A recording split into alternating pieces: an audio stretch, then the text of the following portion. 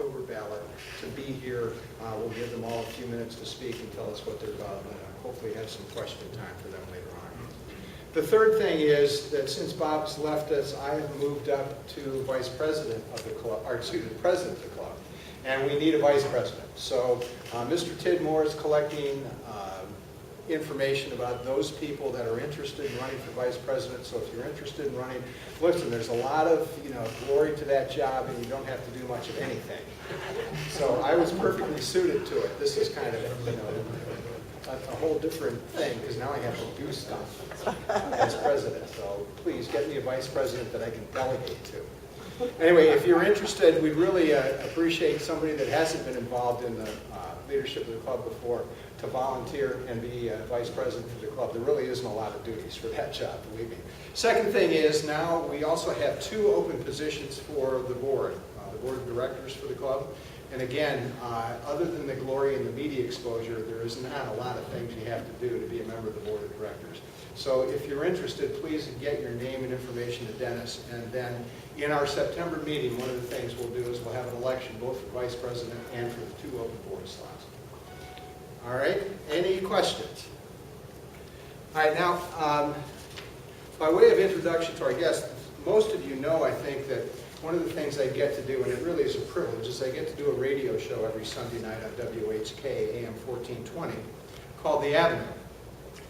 And it's a lot of fun. We've had our speaker tonight there as a guest on the show.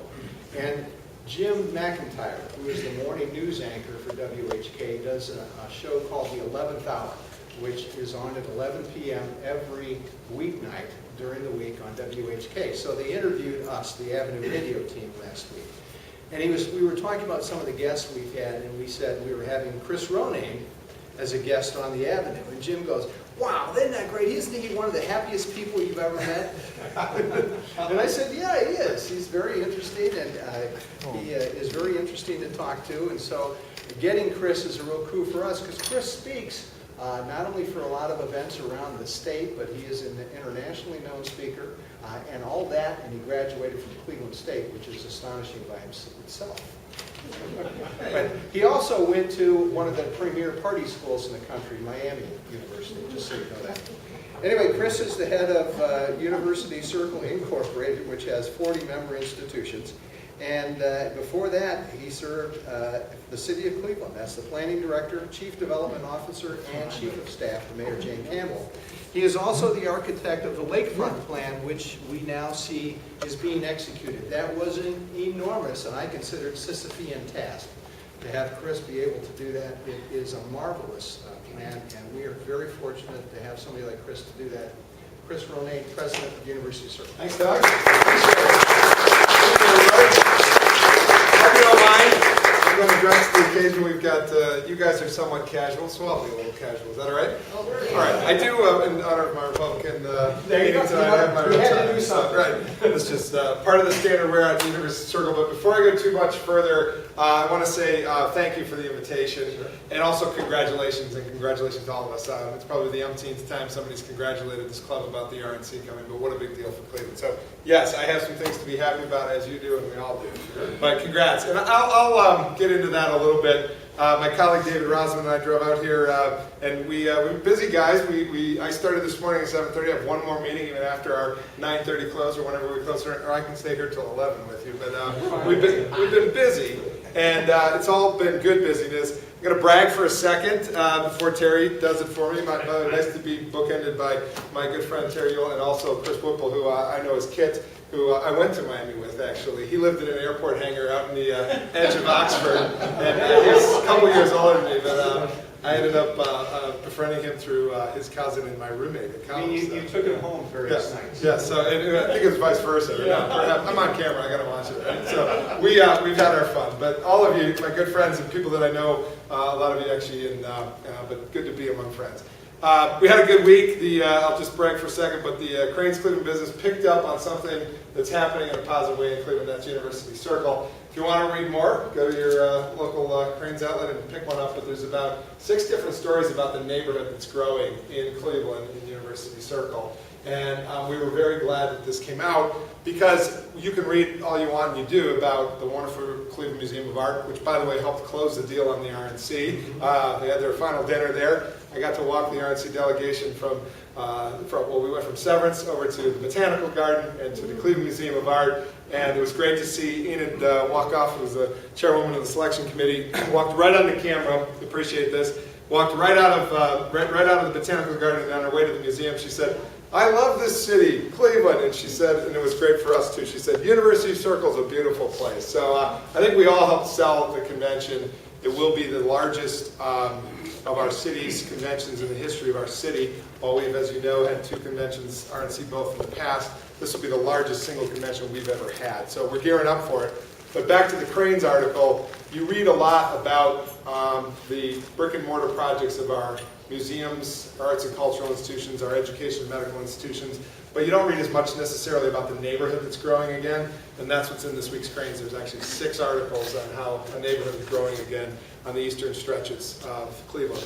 I'm glad to be with the Southeast Republicans tonight. I want to say to you right out of the gates, this is a regional city, Cleveland is, and it's your city, and it's our city wherever you live throughout the region. But whichever of the suburbs here in the Southeast corridor you live in, it's your city. And I'm going to talk about your city here. Should we? Can we? Does this come down? Drop down. Okay. Also want to say thanks to Doug while we're doing this. I normally see him where I can't see anybody else in the audience because we're on the radio. So tonight's a special treat to actually see faces, other than his and mine. So, I'm going to be a minute diving into the depths of the history and go from the past to the present, a little bit into the future about what the circle's about. Also, Doug asked me to talk a bit about the concepts of the elusive concept of regionalism. And I'll say as a backgrounder, as this gets up and running, I've had a fun career here, post-Miami of Ohio, and probably my other than hanging out with Kit, the other great fun I had when I was at Miami is I had a term abroad in Luxembourg, and it was a game changer for me personally because I had a good ride studying business at Miami University, but I had an even better ride studying cities in Europe, went over for an international business program, and sort of woke up to the idea that cities is what I wanted to work on, and worked got out of college, worked in sales for a few years, went back to college. Doug referenced Cleveland State's Urban College, which put up against anything, frankly, in the world in terms of planning programs. Terry and I brought a group called CEOs for Cities on a nice whirlwind tour of Euclid Avenue recently, and we ended up at Cleveland State, and it's really amazing what's happening down there. But I studied city planning, and my first forays into planning was working for the County Planning Commission, and my first client base was in the Southeast Corridor here, working with municipalities of the southeast parts of Cuyahoga County. I then went over to the city of Cleveland and became the planning director under the Campbell administration, and over the last 8 years have been working with David and 65 other people at UCI in the world of University Circle. It's a tiny square mile, but as you'll see and as you already know, it's a very, I guess, impactful square mile. And it's actually been by design. It's been about 150 years on the build. And the good thing about this community is we've been able to sustain it. So I'm going to talk into the depths about the circle and then come out and talk a little bit about regional strategies in this regional city. This is called a Prezi, by the way. If you haven't seen this, most of you probably have, but it bounces around a bit, but it's the newfangled PowerPoint. You can blame my colleague David for the creator of this, but David has been a great addition to our team, and we've been putting together a bit of a roadshow about who we are as a city, what specifically the neighborhood of the University Circle is, and what the corporation that supports it is. I will say to you, my experiences in municipal government, I've been on all sides of it, the for-profit Fortune 5, the small family business. I'm the child of 2 small family business owners, both Republicans, by the way, and have taught me a little bit about the issues of fiscal resources and what do you do with them. Well, reality is in any government construct, you hope that A, you're not alone, and B, you're using people's tax dollars wisely, but C, if you reference this in your email, what's the third way of doing this? You know, it's either no more taxes or the dreaded increase, but what's the third way? What's the other way you do this other than talking about muni taxes and other things of that nature? What we found a third way. We operate a part of the city without tax dollars, and I'll get into that. But I want to talk a little bit about the narrative of place. We are what we call an anchor district. The anchor institutions of University Circles, as you know, are a century and a half old, some of them, and they've been growing in place ever since. It's created another vibrant center to our city, 4.5 miles from downtown. And we're not just one single institution. Sure, we most often hear about the Cleveland Clinic. Next, you probably most often hear about UH. Internationally, they hear quite a bit about the Cleveland Orchestra. But we're actually 40 nonprofit institutions in 1 square mile. Walk to all of them every day when I go to walk to my bosses because they're all on my board. And then finally, to the construct of what we are, we're a community service corporation. I'll get into that a little bit. But this is a place that, as any night now in University Circle, this is what a place looks like that's been built up over the last 3 years on what was formerly a surface parking lot. I had the pleasure this morning to give 2 orientations to University Circle to 2 special groups. It started out with Montessori High School in the Circle. These are 100 kids, mostly from this region, going to school in University Circle. A few of them from outside the state coming in to go to school here. And then I had the Case Western graduate students on orientation, most of them actually coming from other states and in many cases other countries. But this is what they're finding when they find the experience on their Main Street Euclid Avenue today. This did not exist 4 or 5 years ago. It was a surface parking lot, but we've worked very hard at creating an urban center. I'm going to be centric a little bit throughout tonight, but I want to talk to you about this square mile and where the center of this, the epicenter of this part of the city is, really impacts also all of our communities of Cuyahoga County. Eds, Meds, and Arts. We've said commonly to our students, using them as an example, if you guys can't defend the Browns pre the Johnny Manziel days, or you can't defend the Cavs pre the LeBron decision too, or you can't defend the Indians if they're not winning the World Series, what you can defend season in, season out when you head to your freshman year in college is the Cleveland Orchestra or the Cleveland Clinic or the University Hospital System.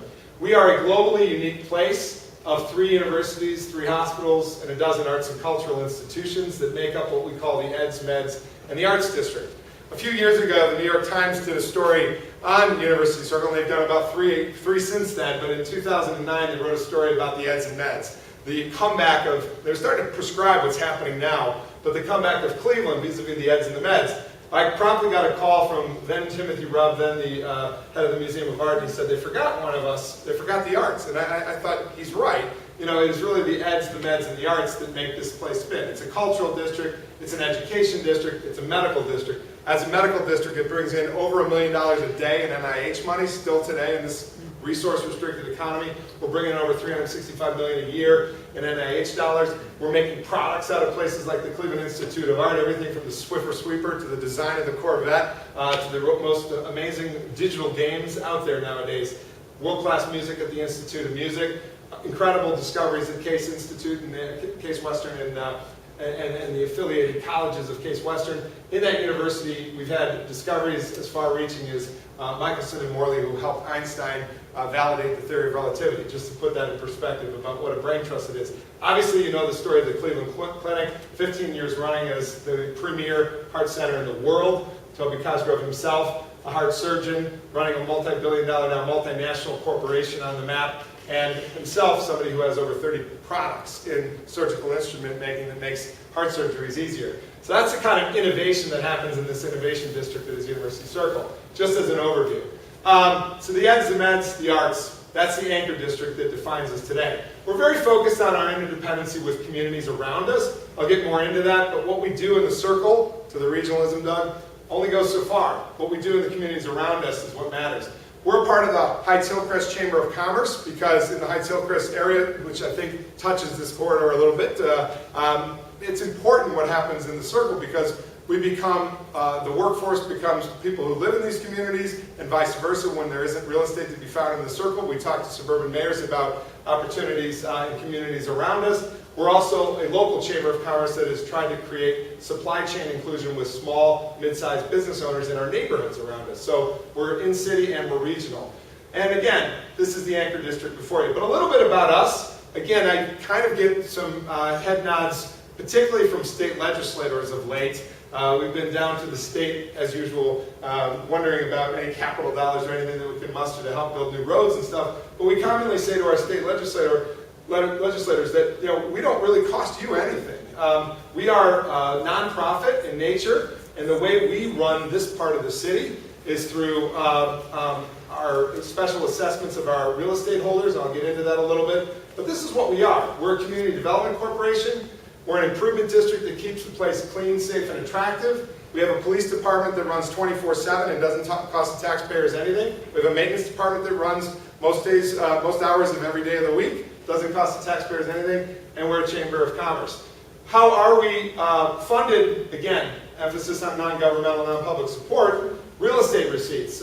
We've had the legacy of, and I've talked to a lot of suburban mayors about, buy some land, hold it in a bank, ultimately annuitize it in your future, land lease it, hold on to it. It's just a concept, but many mayors have started to take note. It's a way to not cost you more money, and it's a way ultimately to put more monies in the coffers of your municipal corporation. Well, that's essentially what we are as a nonprofit corporation. We're leasing land for development to happen. Most of the developments I'll show you, we actually lease the ground beneath it. We take payments to then turn it back out for our services. We also have fees for services. That police department that runs doesn't just fall out of the sky. It's paid for by university hospitals, Case Western, and our 38 other nonprofits, as small as the Cleveland Music Settlement and as large as the Cleveland Museum of Art, or Case Western and UH. And then finally, yes, we do rely on philanthropy, which in this community, per capita, Northeast Ohio, is one of the most giving communities in America. And we're grateful for it, and it's a legacy of our industrial path that's continued to give. So this is, in the end, what we do with that three-part business model. We physically develop the neighborhood, we service the neighborhood. This is Robert who runs our management team on Euclid. That, I always tell my kids a joke, it's the Dr. Seuss vehicle that cleans your house, but it's also the, remember the Cat in the Hat when that came up, it kind of looks like that. But he's out on Euclid every day cleaning the streets, not costing a taxpayer a dime. And then a lot of fun, we get a lot of residents from the communities in this corridor out to our Wait Novel Wednesdays. And it is a great event where people come from all over the region to meet on our any given Wednesday night. We'll have a concert tomorrow with Wild Horses Band. You know they're a one-hit wonder? I'll think Come back to it. Yeah. I'll think of it. I want to give you the answer, but I'll start anybody? Yes, you'll think of it. Wild Horses. I'm not old enough. Come on, anybody? No. Very good. Good answer. All right. Well, last week we had the Cleveland Orchestra out on the line. It was great. It was a classical bluegrass group. Let me give you a quick history. I know at least Kid Whipple will appreciate this. How the circle really took shape. Remember that? Yes. Ah, there we go. All right, that was it. One hit wonder was the Funky Poodle. What was it? Funky Poodle. So if you want to hear Funky Poodle one more time, come to Wade Oval tomorrow night. Okay, where do we begin? And I think before I gave this talk actually to our Montessori kids coming in today, but we began basically as a concept on Euclid. Well, our millionaires who lived on Euclid were the industrialists who built our city in its early days when we were the 5th largest city in the country, where we had the highest concentration of millionaires in any major street in America, obviously Euclid Avenue being Millionaires Row. But it were those wealthy industrialists who thought and sort of foresaw a vision for a place. In some respects, it was community-minded, and in another respect, it was personally self-interested. In some respects, I'm told, generations down, they didn't want their kids to all have to go to the East Coast to go to school. So they brought colleges to a place. They brought Case Institute from downtown. They brought Western Reserve from Hudson. And they kept them separate until 1968. It was Western Reserve University and Case Institute. Anybody graduate of either, by any chance? We used to get one or two. Which one? Western Reserve. Terrific. And once in a while I get Floristone Mather, which was our third college in the district. Floristone. Okay, I'm with you. Well, a funny little story that not everybody knows is Case and Master Stone, Case with the Case Institute, and his brother William Case was the mayor of Cleveland. They lived in the 40 block of Euclid, but Leonard Case and Master Stone were a little bit of business rivals. Master Stone brought from Hudson Western Reserve, and the lore as it goes was that he instructed the builder team to put it as close to Case, Western Reserve that is, but put a fence between them. So I don't know where that fence ever was, but times have changed. They federated, they've married, and in 68 became good.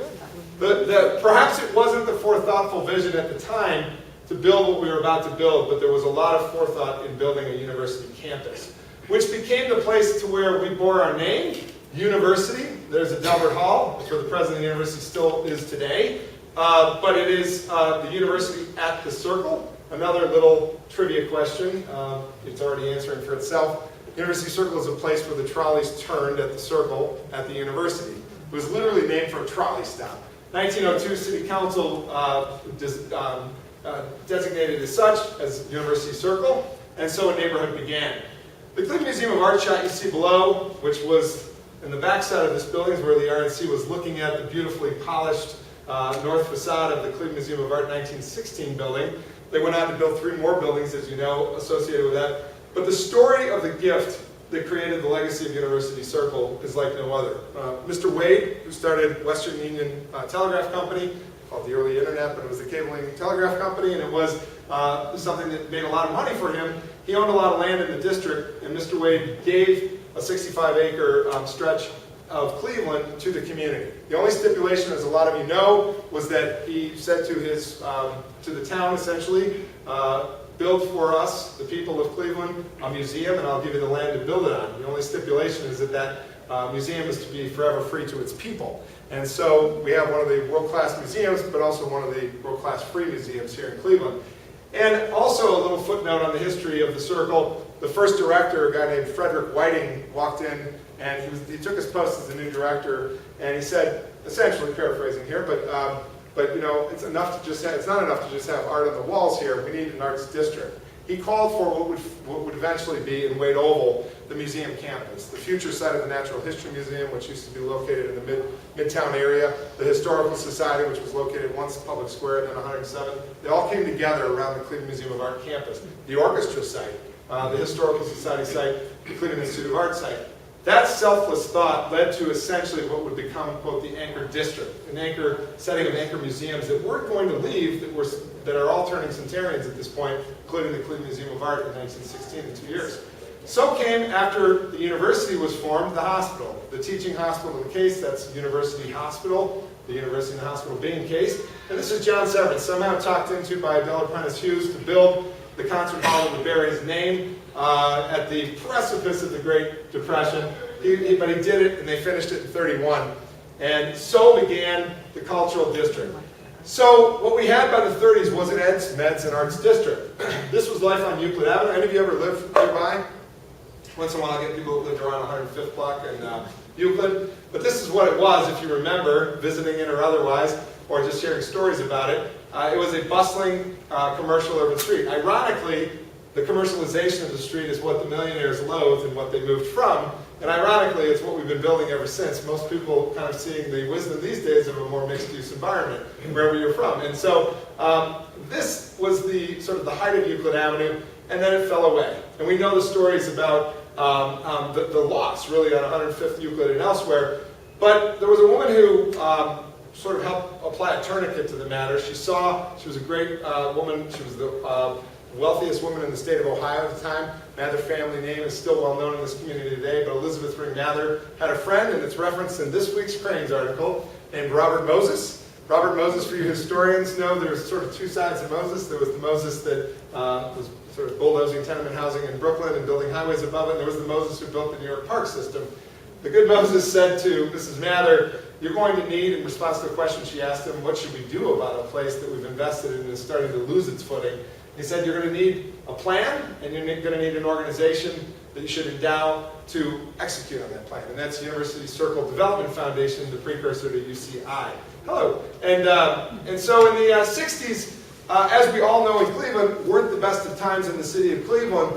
We weren't alone in that. Newark, Chicago, Detroit, all were suffering from urban riots. A lot of strife promulgated by outmigration, loss of resources, inadequate education and income, death of Dr. King. And this all led to the Glenville, Huff, and Fairfax riots.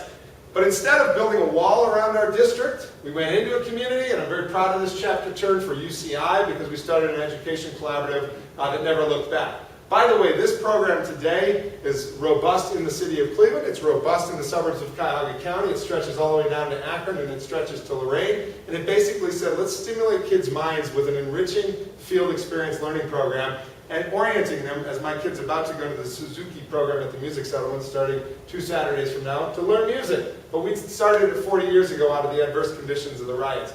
Eds, Meds, Arts, and Culture. I'm going to turn the chapter now from what we built, from the anchor institutions, to what we're building today as a neighborhood. Euclid Avenue, let's go back to it. The 100-year story of the rise, the fall, and now the rise again of a great American street. This isn't the panacea. This is just something that we've built and successfully executed in town. Terry and I again brought a group of mayors and their staffs and other members of other cities on the health line. It's not so much what happened on the transit vehicle itself, although that's important, I'll get back to it. It's what happened at the curbside with the development. This is what happened. Institutions that decided into the wind to build in Cleveland and to bolster this part of the city. So the Cleveland Museum of Art threw as much money privately into this institution as the Cleveland Browns took from public dollars to build the stadium. This is the $350 million addition to the Cleveland Museum of Art. University Hospitals put $500 million into its main campus and $1 billion into all of its satellite campuses around the region. We were able then to build simple things like hotels next door to hospitals. This one's 153 room courtyard by Marriott. It's a simple courtyard on an actually postage stamp of a site, but it's occupied all the time. Stories of this building, which I was talking today with a historic preservationist about how to seek historic tax credits to further enhance the building. We didn't knock it down, we reused it, and it's 198 apartments today. What I'm taking you on is a virtual ride at 20 blocks of Euclid Avenue. Places that were lifeless lots turned into urban plazas, into places of museum, both from the contemporary standpoint and the classical standpoint. And this was the second story in the New York Times after the Eds Meds article. This was the story of Uptown. How could, on the eastern stretches of the sleepiest streets of Cleveland, and what's been a forsaken parking lot for years and years and years, could we build this? Well, a lot of creativity. The same family that built East 4th Street, the Marion family, helped us build the dream of Uptown. It's 114 units of apartments in its first phase. We're about to open up a second phase, 44,000 square feet of retail, an urban grocery store, a bookstore, and life has come back. This is the Cleveland Institute of Art in its first phase. All of these, and this one as a specific example, on an empty lot. That's the Hearing and Speech Center. This on an empty lot. I was just with this developer before coming over here. He's now on his 65th home on one street, on the last street on the east side of Cleveland. And this is WXE's Modern Townhomes. Actually, 3 blocks east, the very last street of the city of Cleveland, at the edge of East Cleveland, and actually the first street into East Cleveland, we built Circle East Townhomes. We weren't intending to bring an architectural dream to bear here. What we were intending to do is bring back a company town with quality product that created workforce housing for mid to lower level paid workers at UH and the clinic. The irony of this, and this will get a little into the regionalism, this is in the city of East Cleveland where for 60 years there wasn't a single market apartment, townhome, for sale home built in the city until we built this. It's gone through decades of disinvestment, but the best thing it's got going for it is the proximity to the Circle. So, there's hope for the future of the city when you take from what was surface lots, and now you're on the second phase of Uptown, and for every $1 of your federal tax dollars that went into the build-out of the health line, came $30 of yield in private investment. That's a pretty good return. That's why the FDA is constantly here to talk about these projects, and why I have a mayor from Fresno on Friday here, I have a mayor from Albuquerque next month, and we're constantly showing mayors the glories of our own BRT. Why are they building it? Because in their own towns they can't get fixed rail done. We all love to ride the trolleys. We love it. But the reality is it's 15 times more expensive than the BRT, and they're not getting done. Just go ask our friends in Cincinnati. So here, and it's not to say we're opposed to it, it's just in a balancing act of precious resources, the BRT's been a winner. So what has it yielded in terms of jobs? About 1,000 jobs every year since we started in 05. We continue on that track, and we'll be there in 15. Over, when you add back in some VA jobs that have come to bear, we've got about 10,000 jobs over a 10-year swing. So the next county executive, whomever they are, Mr. Sharon or Mr. Budish, we'll have them to our office to present them with why this is impactful to Cuyahoga County. $14 billion coming out of 1 square mile. By the way, I have to compliment the community we're in Solon. I know there's a heck of a lot of taxes generated on this community. You can never forget that. But there's pockets and pods over town where disproportionately there's a lot of dollars coming out of, and we ought to pay attention to a place like the University Circle. So thanks for the invitation to talk to you tonight about it. 5.5% of all county jobs now are in the Circle. 12% of direct, indirect, that is to say related jobs, relate to the anchor institution, and a $14 billion yield. That's 25% of the city of Cleveland's GDP. 1 square mile out of 77 citywide. We've been growing, and that's why we're growing. 11% over the last decennial census. You've heard the story. We were 914,000 people in 1950. We continued that decline up into 2010. We were 396,000 people, so 40% of our former self in 2010. We don't like to see the city declining, but there are pockets of hope that are taking it up again. one of them being University Circle, another being David's neighborhood in Detroit Shoreway, Ohio City the same, and we're starting to grow. The Delta's actually been immigrants, people coming from other places that are taking a chance on the city of Cleveland. We're in University Circle double the city's percent foreign born, and for us it's been a winner. What you're seeing is you're seeing a researcher working the third shift, walking to an apartment that's working at the Cleveland Clinic, or you're seeing somebody from, well, outside of Case's Cleveland draw, its next two largest cities it draws from are Shanghai and Beijing. And for that, we're growing again.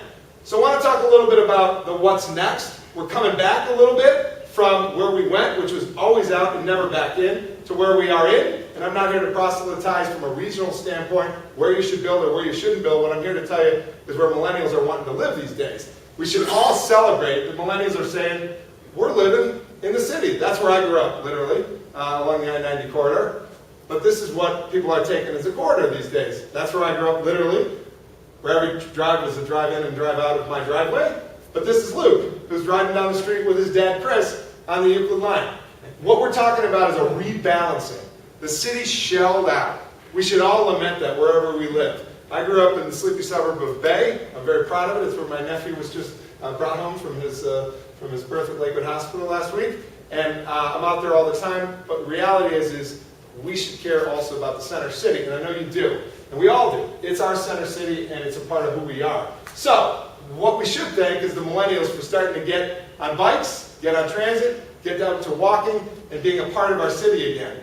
And it's been 3 generations since that's happened. So this is the cultural scene, and I'll transition a little bit. We used to be traveling to the museum simply to look at arts on the walls. The great story a couple years back when Solstice, this is the summer solstice party.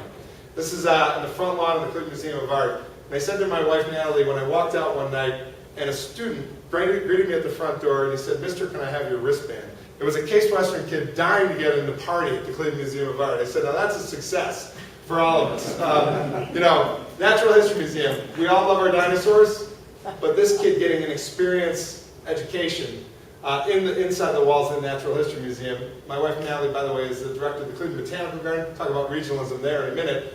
But we're reaching out to future audiences with things like Lego Connects. This is what's going on. Cleveland Institute of Music, we're still teaching music, but we're also teaching it at Kids in the Park on a Wednesday night.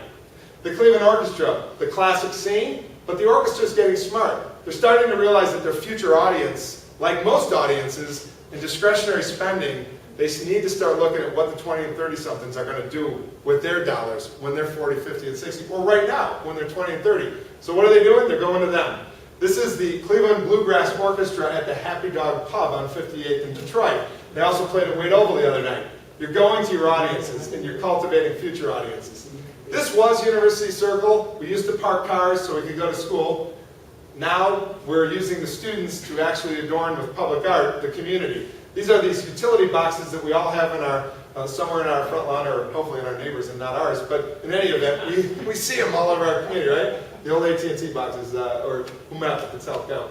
What we've done is we've taken our Institute of Art and we've actually created postcards of Cleveland's past on those boxes and realized that we can use the resources of the Circle to actually create a more civically innovative place. The Historical Society, if any of you ever rode the Euclid Beach Carousel, reinvesting with simple projects like repositioning the carousel at the Historical Society. This was the lot that Mocha was on in Full Circle. This is the lot that the Museum of Contemporary Art came to, I should say, on what was a lifeless lot in Uptown in the background. So I want to pivot for a second on innovation. We talked about our neighborhood, talk a little bit about innovation.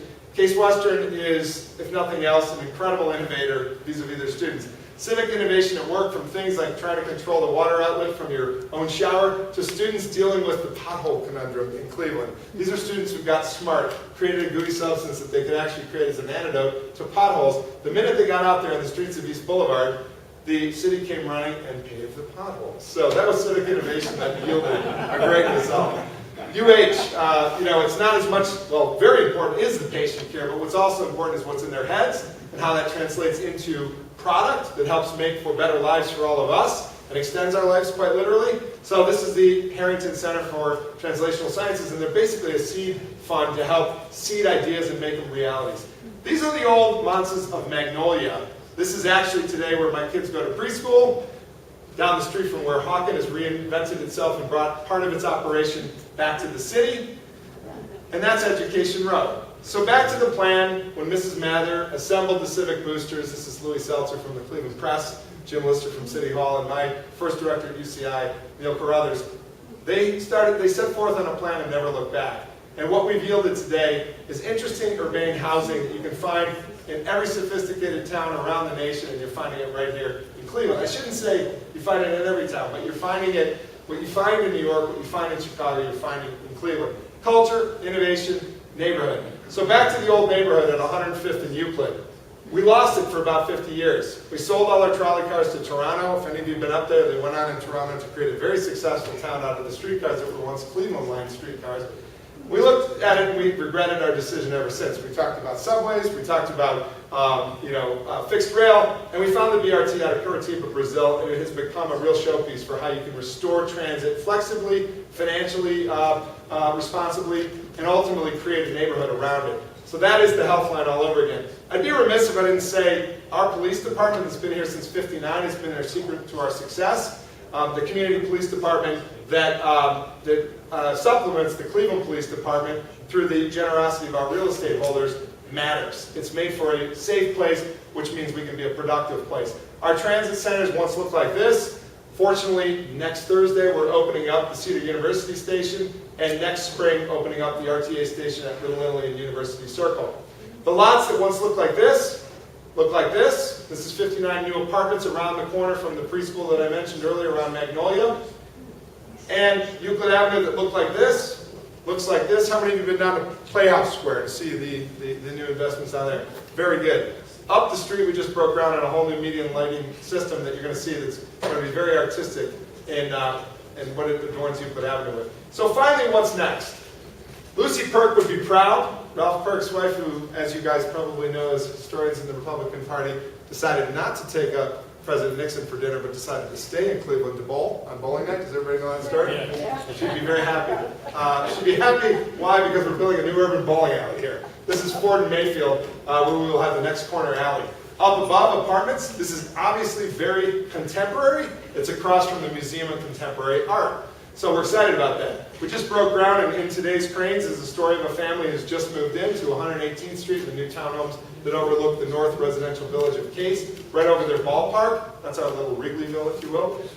Cleveland Institute of Art, second phase, reinvesting in place. New Cinematheque, that'll be open to you. You want to see a film that's a little different than you might see at your friendly cinema. You might see a foreign film. You might see all kinds of interesting classical films, contemporary films, but go to the Cleveland Cinematheque. That's open to you in University Circle. Intessa is a development we're building just down the street from Little Italy. It should be a major mixed-use development. And again, remember who we're dealing with. We're dealing with people that are going to third shifts, value their time. We're dealing with researchers that are here as graduate students and residents at the clinic and university hospitals. This is right across the street. We're also dealing with the family I mentioned in Cranes that's just decided to get on the health line and live right across from the ball fields of Case Western. So this is a place for everybody, and our products are very different.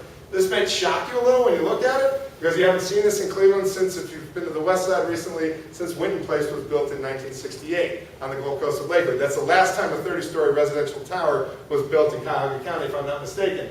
We will build one at the corner of 105th and Euclid, where it all began at University Circle, the trolley stop, if you remember. This will hug the trolley turnaround. It's a 27-story tower that Mitchell Schneider, some of you know, will be bullishly going into the wind with this concept. And it's, at the end of the day, a $140 million investment in the circle. When you have people living on New York City-style density, a lot of them are taking transit, so these two new transit centers are good. And by the way, I look forward to working with Solon High School and some of the area high schools here when we open up Circle Walk. But it doesn't have to be just for our students, but we have a program that you would appreciate called Teaching Cleveland, where we teach kids about the very things we've been talking about, or I've been talking about the history of their city, lest they not know anything about it before they leave. So Circle Walk is an interpretive walking tour of University Circle that will open up next year. It'll tell you stories as diverse as the fact that on 105th and Euclid, before he made it big at vaudeville, Bob Hope sold newspapers there, right? I love to tell this story. You guys more than the high school students would appreciate it, but That young man, when he had just come here with his family, his father was working on the Church of the Covenant as a Mason. He brought Leslie Hope, former name of Bob Hope. Bob Hope and his brother Sid sold newspapers on 105th and Euclid. One day a shiny automobile rolls up. Guy has a big bill. He says to the young Bob Hope, son, here's my bill. And Bob Hope looked up at the man and he said, Mister, I can't break that bill, but you can come back and pay me tomorrow. I'll give you the paper today. And the gentleman said, well, sir, son, I learned a long time ago, never sell anybody you don't know anything on credit. And that was John D. Rockefeller giving Bob Hope a business lesson. So those are the kind of stories that make this community a really rich community with stories. Anyways, Jerry Siegel, Joe Shuster created Superman just up the street. Let's tell those stories. Let's tell the Michelson Morley story that the gentleman working with Einstein to validate the theory of relativity. That's our circle walk. We're going to have that new lighting program I showed you up and down Euclid. So it'll be night lit, good place to be, safe place to come back to.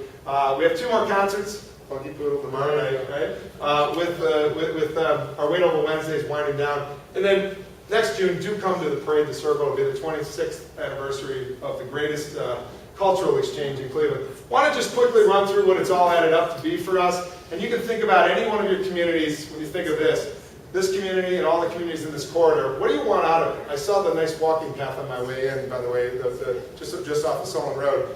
That's a treasure. Those are the things that keep a community intact when you have value-adding amenities. What we are trying to do, and I'll get to the punchline here, is create this. The simple stuff that adds up to what life is all about. An experience of place that is a complete neighborhood. Wherever you are in the region, your neighborhood can be this, one that people can enjoy, all the amenities they can get within a 20-minute walk. That's what we're after. Quality healthcare, quality schools. Our schools, by the way, are not one single system of schools. It's a system of schools. I mentioned Hawken. I mentioned the Montessori School, the Music Settlement, the 2 quality public high schools in John Hay and the Cleveland School of the Arts. Quality schools you can access. Quality retail you can access. Bowling, culture, whatever it is. Transit, walking community, a park that you can ultimately walk to Great Lake Erie. That's what makes it a complete neighborhood. Anything you can find in your daily living within a 20-minute walk. And that's what we're talking actually all throughout. I'm glad to be here tonight because we've talked about this in communities all throughout Cuyahoga County. We're trying to plan toward those kind of communities to make them ultimately economically sustainable, but also just great places to be. So that's the story of University Circle in our past, our present, and our future. And I appreciate the time to come talk to you about it. And I welcome you anytime to come back and see us. We'll do tours. If you've got affinity groups you're running with, church groups, whomever, with business associates, we'll do tours with you. We want you to come out to see us. David does a good job of managing all our digital communication, particularly our website, universitycircle.org. And I'm going to end there on the neighborhood, but I'm going to come back to what Doug asked me to talk about, which is regionalism. And I'm going to start with a story and then take some questions. I mentioned the hardest hit community in the state of Ohio, East Cleveland. It is a community that we all know the story of massive disinvestment, fiscal emergency. We're in a state that hasn't figured out, and now I'm going from the really positive to what do we do about our neighbor. And in the fiscal emergency that's been declared, our state legislature hasn't figured out how to deal with the receivership community. It's possible that the community could be in a bankrupt position, already is actually, not able to pay many of its bills, but the state doesn't know how to receive it, doesn't know what to do with it. I can't tell you necessarily whether Cleveland, as has been popularly talked about, will absorb East Cleveland. Many people in Cleveland are saying we're just in a precarious balance here with our own roads, bridges, sewers, and schools, right? How can we take on more? One thing that you and I exchanged just almost through the air, but over an email, we're a corporation who's a nonprofit, not costing tax dollars, and actually already providing services in the city of East Cleveland. We're a community service corporation that is built in the city of East Cleveland, provided police services in the city of East Cleveland. I had 13 summer students in my 70-student summer apprentice program from the city of East Cleveland, from Shaw High School. We're already working together across community borders with our community services. I ran once for county council on this platform. I got killed on it. I'll just admit that. Didn't lose that bad. Lost by 213 votes. But the wife of the city councilman, who's about to be our council president for Cuyahoga County Council, said, "How dare, essentially, you talk about joint development between Lakewood and Cleveland." And I'm not trying to roll her under the bus, but that was what I got. It's not easy to talk about regionalism or even the extension of services. But under the cover of this community service corporation that can be mutually invested in between two communities, maybe we can do something. I think we're just at the tip of the iceberg here in anything we've done. I hope we can at least get more into a discussion about shared services, but I appreciated, and was the mayor of Brook Park this weekend, who, in response to some of that regional discussion, said to Ohio, was trying to make this happen a little more, well, how about you sharing services with Michigan? He used that sort of as a punchline, but I started thinking, maybe, why not? Maybe. You got to start thinking across community borders.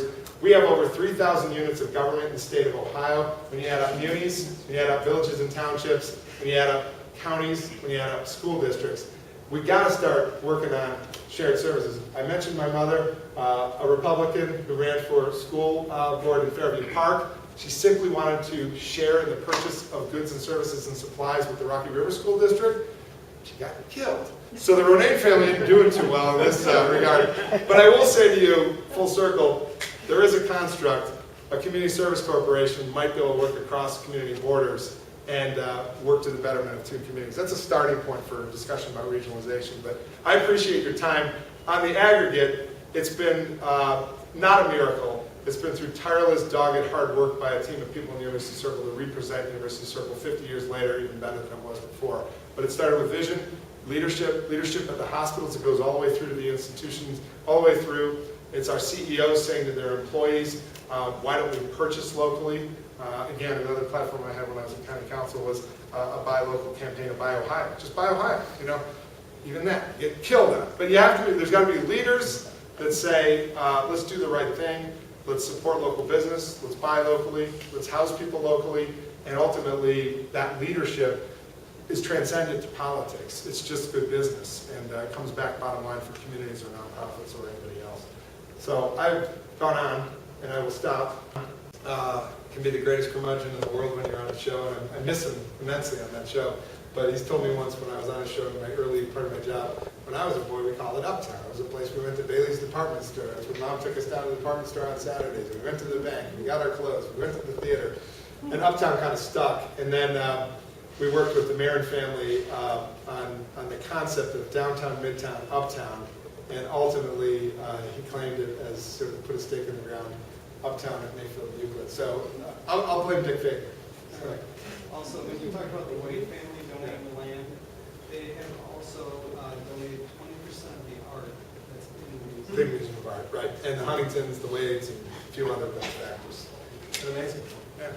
Anyway, just so everybody knows, when Chris and I talked about this, we talked about the third way of regionalism. When people hear the word regionalism, it's one of those things that sometimes people hear what they want to hear and don't want to hear other things. When we talk about one way of regionalism, each community maintains its own services and its own police department, its own mayor, and everything. And of course, overall, that's inefficient because you're duplicating services and you're duplicating a lot of things. The second way, of course, is one massive, everything gets folded into the city of Cleveland or Cuyahoga County. That's what people worry about when they hear about regionalism, that we're going to lose our mayor, we're going to lose our police department, we're going to lose control of our schools. So that's the second way. The third way is what Chris represents. It's a community development corporation that engages in economic development for the benefit of multiple communities and may take on some of the services that are appropriate while leaving the control mechanisms in the hands of the local people.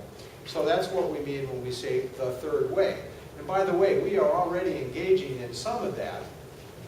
We are already engaging in some of that because today if you get a traffic ticket, where do you go?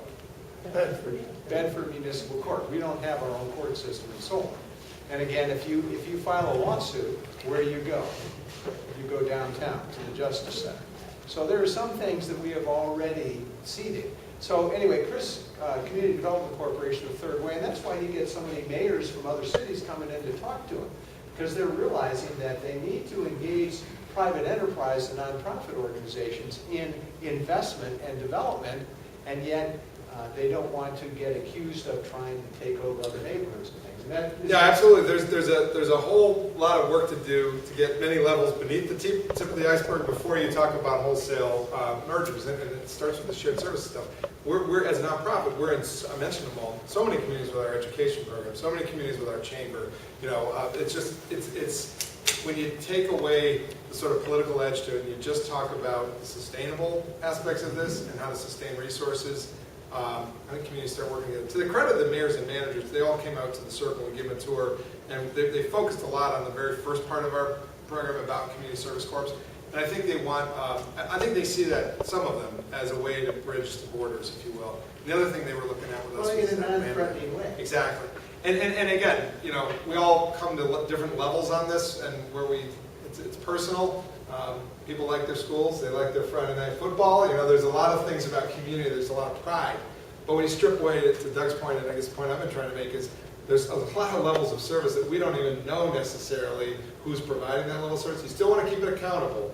You still have to have an accountable board and a group of citizens that are looking after it. But there's an easy way to be transparent about it and create a consolidated set of services that don't strip away jobs necessarily, that don't strip away autonomy or local decision making. And we're already exercising it. And it goes to, you know, there was some discussion a few years ago about certain communities stealing businesses from other communities. If you start working with a community development corporation, then the business development can happen across multiple communities and everybody benefits. Exactly. It's not threatening at all, but it's again, a third way of looking at it that's different. And this is unique, I think, in the United States. I think this is one of the few community development corporations. Yeah, it's gotten a lot of fanfare. Actually, you mentioned St. Louis. We're going in a difficult moment in St. Louis, but we're going in to meet with our partners at WashU. We're getting a lot of areas around the country are paying attention to what the eds-meds districts are doing, because they provide a lot of financial support to the city, a lot of infrastructure support, but a lot of service opportunities, you know. So we got a couple questions here. I'm eager to stay going on this one. I'll let you go first.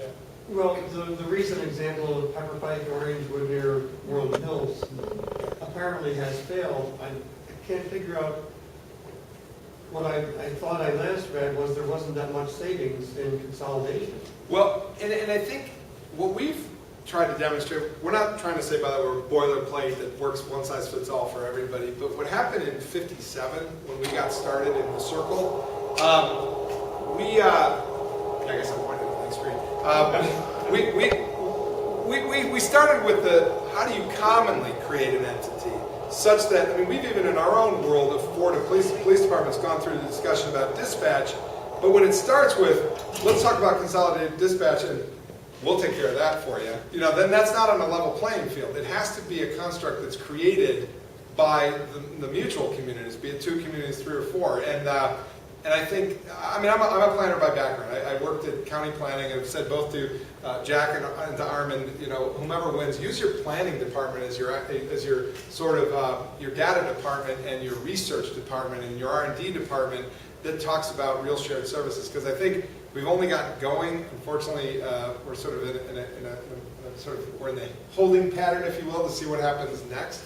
But I think if you bring people together and you let them commonly vision a construct, rather than it be a takeover or a merger or the bigger should manage this for the other, that's not a level playing field. It's got to start with a mutual visioning between communities. And again, I can't speak to the local nature that you're speaking to. I've read about it and know some of the details, but not the detail you do.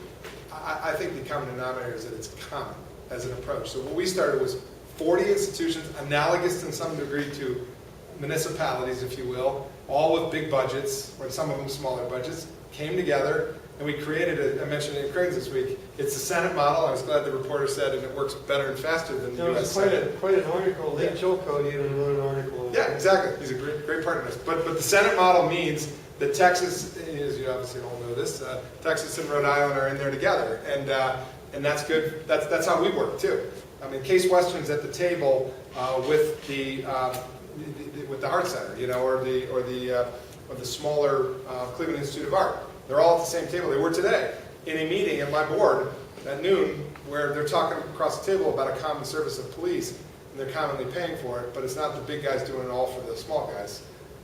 It's a shared service, truly. Yeah.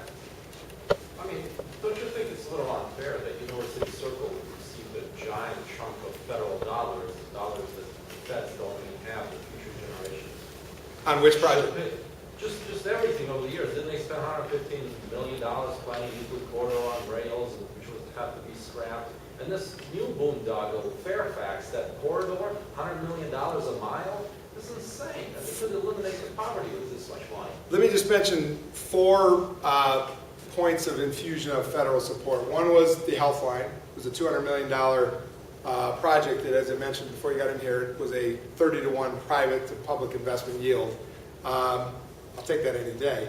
On the Opportunity Corridor, it is mostly state money coming to support an urban corridor that connects to a regional corridor from Akron to Solon to back to Brecksville, that connects people better to a corridor. That's a state allocation that came from Governor Kasich. And on the 2 transit centers, the 3rd and 4th, they're federal Tiger competitive grants where the dollars could have gone to anywhere in the country. Unfortunately, they came to Cleveland, so that if you want to go to Tower City or you want to go to the airport and you happen also to want to go to University Circle, you're connected. Those were all, from my perspective, place-based investments that made a lot of sense because what they've really been about is economic yield.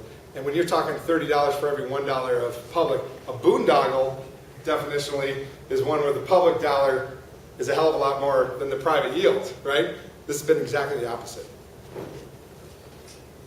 There's so much. A couple of questions for you. Most of the regional efforts that I've studied have shown that they failed for the most part because they failed to deliver accountability to people ultimately, and they cost more money because the bureaucracy has grown and gotten more complex and so on and so forth. So rather than go into a lot of discussion around that, I've got a question for you on the Community Service Corporation.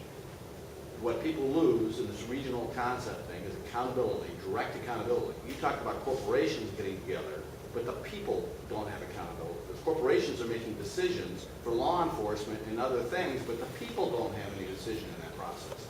And you say that the taxpayers aren't paying for that. They are paying for that. They're paying that through additional costs and services and so forth to the corporations that are benefiting in this whole process.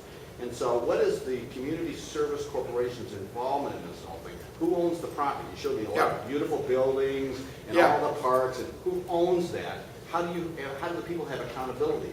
Let me unpack that a little bit.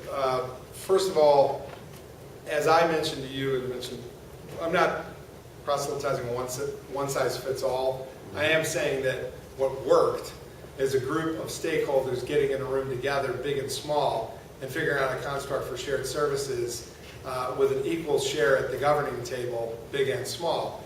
Our board is 75 members, 40 of them are institutions, 35 of them are members of the public, and it's a working model that works. But again, governance, to your point, I think, is critical to how this stuff works. My transparency, which as a nonprofit, distinction here, Community Service Corporation, is transparent on our 990s that are available to you on a Google search through the IRS records, but we are absolutely transparent at that level, also with open public meetings. We're supportive of the notion of our police department being an open records department.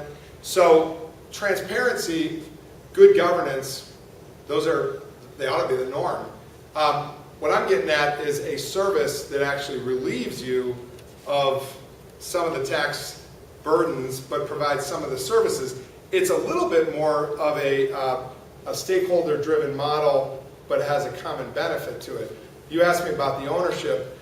I can show you the map and we can get into that, but University Circle is a preponderantly nonprofit district of nonprofit real estate holders. A lot of people have said, rightly, that the nonprofits need to pay their share in a city, both on a property tax level. They certainly pay their fair share because they're the fastest growing employment district in Ohio, on the income tax level. But on the property tax level, the way they're paying their fair share is they're paying for that police department that is a community police department that has a duty to respond to not just their front door issues, but the home next door.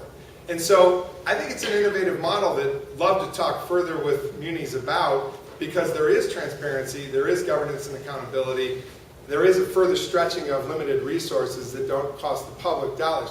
On the parks, you asked, we actually manage under a 99-year management agreement, Wade Oval. And any of you who've been to Wade Oval, that's a city-owned property that I think if Mayor Jackson were here would rightly say has been better managed through the resource of University Circle. Look, we put on 12 community-free concerts, including the Cleveland Orchestra last week in Wade Oval. We keep the lawn clean and green with organically treated materials and no toxic chemicals on that city lawn. It's the front door to our museum campus. We keep it clean and mowed, and we keep it policed. Let me extend this. Pretty good deal. Let me extend this question, because this is going to sound a little radical, and I apologize. Yeah, no. I do a lot of traveling to Communist China. And Communist China, the communists would say the same thing. We are taking care of our cities, we're providing all these services, people can go play downtown, and the Communist Party is taking care of their people. That's what I'm hearing. I don't think that's what you're trying to say. No, I mean, if I come across it's sounding about communist, I accountability. apologize. We're actually a market-based model. We have elected officials that we want to hold accountable. If we don't But- say something, we can go on No, like hey, that and listen, do great things. what's important to me is your interpretation of what I'm saying. So if it's coming across that way, that is important to me. It is a market-based model. It's one, we do manage the public realm, but we do it with accountability to the city of Cleveland. They can cut our lease anytime if we're not, doing our job. But arguably, we're allowing for the management of a system that gives them the opportunity to attend to things that can't be as easily managed with the resources of the city. So I hope it's a win-win, and it is market-based. My institutions pay me to maintain the lawn, to program the space that is in the city public realm. So, look, you know the drill on Cleveland. It's a city that was 914,000 people that's now a city of less than 400,000. 77 square miles, the same as it always was. In that 77 square miles, we once had the density of the city of Beechwood, which was in every square mile. I'm sorry, we had the density in every square mile. We had a Beechwood in every square mile of the city of Cleveland. That put us on par with Philadelphia in terms of density. Today we have the density in the city of Cleveland. This is a little sort of dark side, the underside of the story of Cleveland, but our density is the density of Detroit. And what we haven't turned into from a management standpoint is the fiscal difficulties that Detroit's turned into. I would argue it's because of working partnerships like we have here in the University Circle. It's what you want to see more of. It's why actually Detroit's invited us up in October to talk to them about what we do here in Cleveland. It's a win. Sir? Just for some perspective, what is the size of your police force relative to the amount of the city of Cleveland's police force allocated to your territory? So it'll sound small in one respect and big in another. We're 35 officers, men, women, and dispatchers.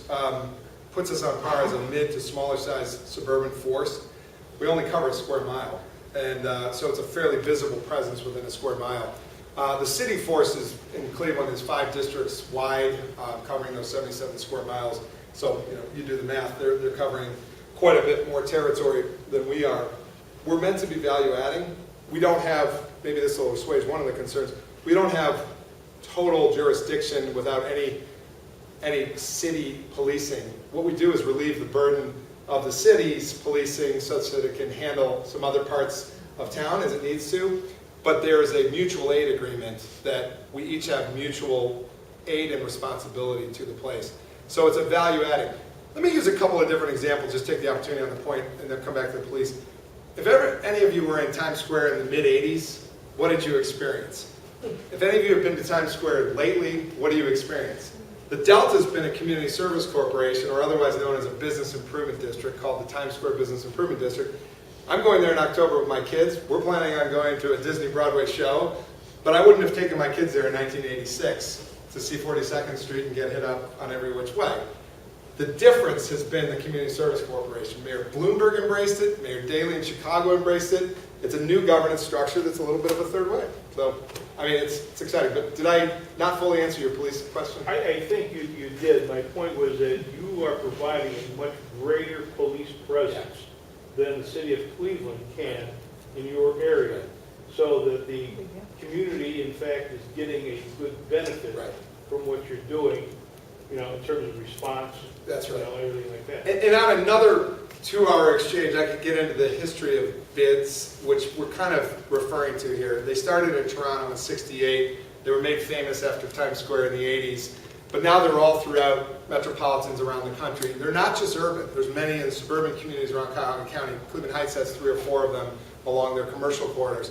What they are is what you said, which is a value-adding service in addition to, not supplanting, but in addition to the existing base service. And what they've done is they've turned around places. And now we're into the service side of this, but they are accountable in as much as they're paid for by real estate holders who every 5 years have to decide whether to up or not re-up. And on those boards is a municipal representative, most often mayoral appointed. If you don't, you do or you don't like your mayor, council president's usually the other appointing authority, and sometimes there's a check and balance there. So there is checks and balances and transparency in the governance of the bid. Sir? I'm going to ask you the same question I asked your predecessor. Most economists now agree tourism is the largest industry in the world. Yeah. What is your market? How do you market to them? Yeah. And who is your test market to bring more tourism dollars into the city of Cleveland? I, by the way, have marketing brochures, including maps of the place. Thank you for the segment. Anybody wants to take one, I'll tell you about the glories of the circle. He's my main man who helps me get the digital word out. And we, all respect to our colleagues.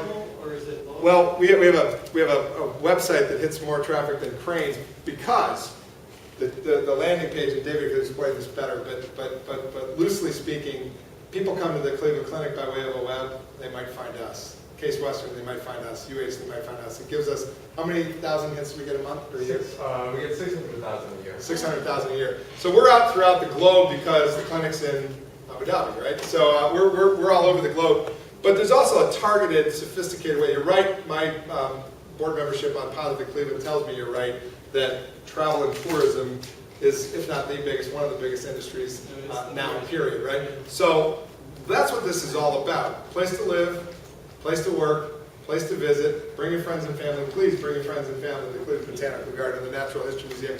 But it's our job to ultimately make place, manage place, and promote place, with emphasis on the first two to make the latter work. We've got to make it work physically, we've got to manage it, and then we've got to promote it. And if we can't keep it clean and safe and attractive, we can't do anything. That's why a lot of emphasis on that value-adding service.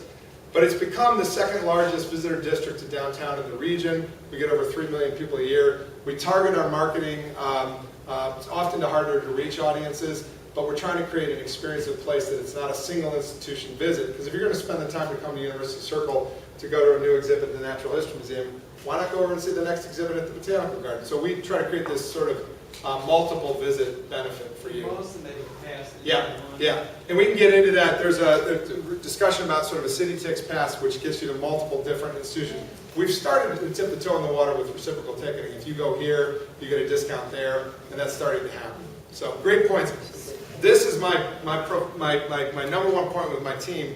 As a city planner, it's one thing to plan a city, it's another to actually promote it. We're finally in Cleveland getting the promotion side. We got the RNC, we've got many other things coming. It's because we're actually selling our city. The Republicans will help.